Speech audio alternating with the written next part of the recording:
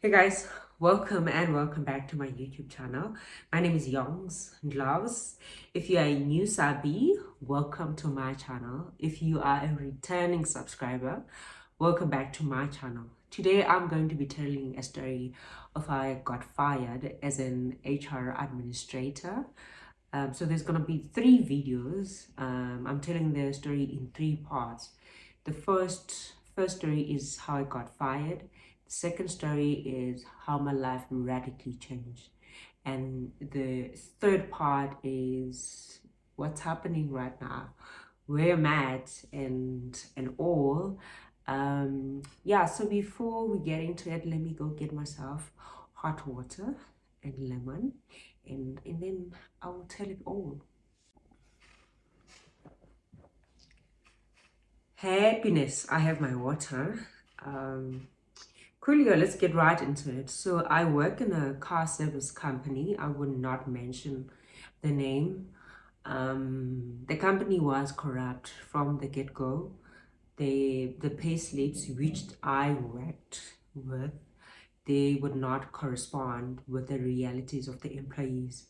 So 60% was non-South African and 40% was South Africans who worked in the company. Yeah, and it was quite hard to be part of a very corrupt system that was not willing to change. So employees didn't have a tax number. I would say about 40% or 50% of the employees, both non-South Africans and South Africans, they didn't have a tax number. However, their payslip would reflect that there was money that was being taken by SARS, and there was contributions to UIF. And I think you guys would know that there is just no way, if you do not have a tax number in South Africa, you are not allowed to work. Go get a tax number in order for you to secure employment. And I'd have to deal with that every month and my conscience would just eat me up that I'm part of a very corrupt system that was very unjust to the people. And I kept on telling my boss how uncomfortable I was and that there could be something that we could do and that would just release the people to go get a tax number, especially South Africans. And it was going to be quite a journey for non-South Africans who were in the country illegally. Ooh, yeah, yeah, and I kept on trying and trying, but my boss was really not coming to the party.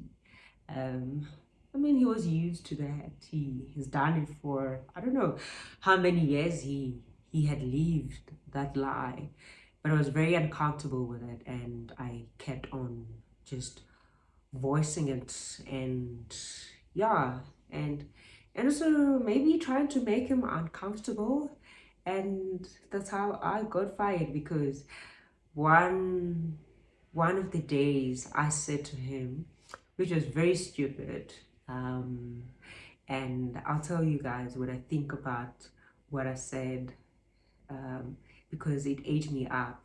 And I said to him, I'm going to report you to SARS because I was frustrated. And that day, I was fired. I was fired at night, guys. And clearly he couldn't sleep because I had said I was going to report him to SARS. That was hard, but also easy to accept, because I stood for something that I believed in, and being corrupt is not one of the things that I believe in and I want to stand for and I want to be known for. And the thing is about corporate is that we need to do anything to keep uh, the status quo, you know. We need to be comfortable. Basically, that's where they want you. They want you to be comfortable with things that are very uncomfortable. And yeah, and I said that statement, that I was going to report him of which, when I look back, is that it wasn't really true. I'm not sure if I would have really reported him to SARS, or I could have just resigned um, back then. But I doubt I would have gone to SARS and reported him. Yeah, but I think it would have been me saying I don't want to be part of this, and therefore I am leaving. And sometimes it just takes us being bold and courageous to say what needs to be said, and yeah, and then just let the chip fall afterwards. Otherwise, if you want to be, if we want to live in a just communities, workplaces, fair, not corrupt, we gotta be bold and speak the truth, even when it's uncomfortable to do so, even when it's going to cost you your job. So after that, I was hurt. When I got fired, I was hurt. Um, yeah, I was very hurt, and I think also because I had just said that to my boss without thinking about it, which is something that, sometimes when you say things without having thought or meaning them, they can be very hurtful, not to the other person but to us. And also back then I didn't have my 3 questions that I now live by, which is, did I mean it? Can I defend it? And did I say it in the most loving way? And I think when I failed to do that, that's when I I had myself and I had the other person. Yeah, but we grow and we live and learn. And then after, obviously, I would have gone to CCMA, but it's not CCMA for car service company. So they have a different, close to CCMA, but it's not CCMA. But I went through that route. I reported my boss that I was unfairly dismissed, fired, and yeah, and we went through that process, and at the end, it was obvious that I was going to win, but it was not about winning. And I also didn't ask him to pay me out that much.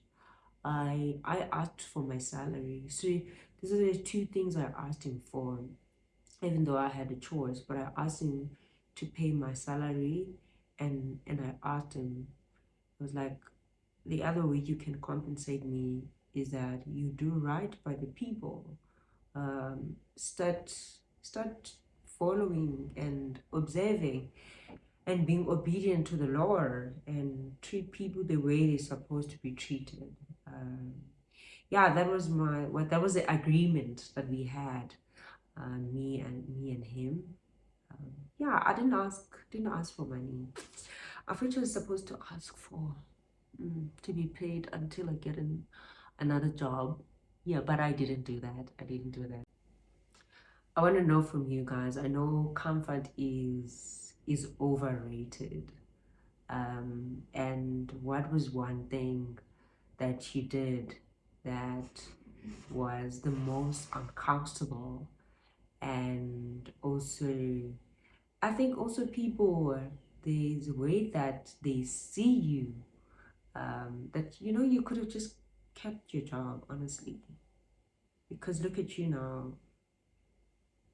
Look at you. So what is one thing that you've done that you're really so proud of, and you're actually glad that you stood for the truth, and it doesn't matter whatever happened, but because you stood for the truth, and that's all that matters.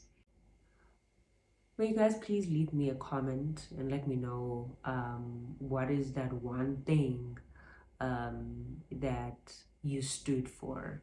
And also, I just want to remind you guys that bridges that are not built on the truth one day will collapse because there is no firm foundation there.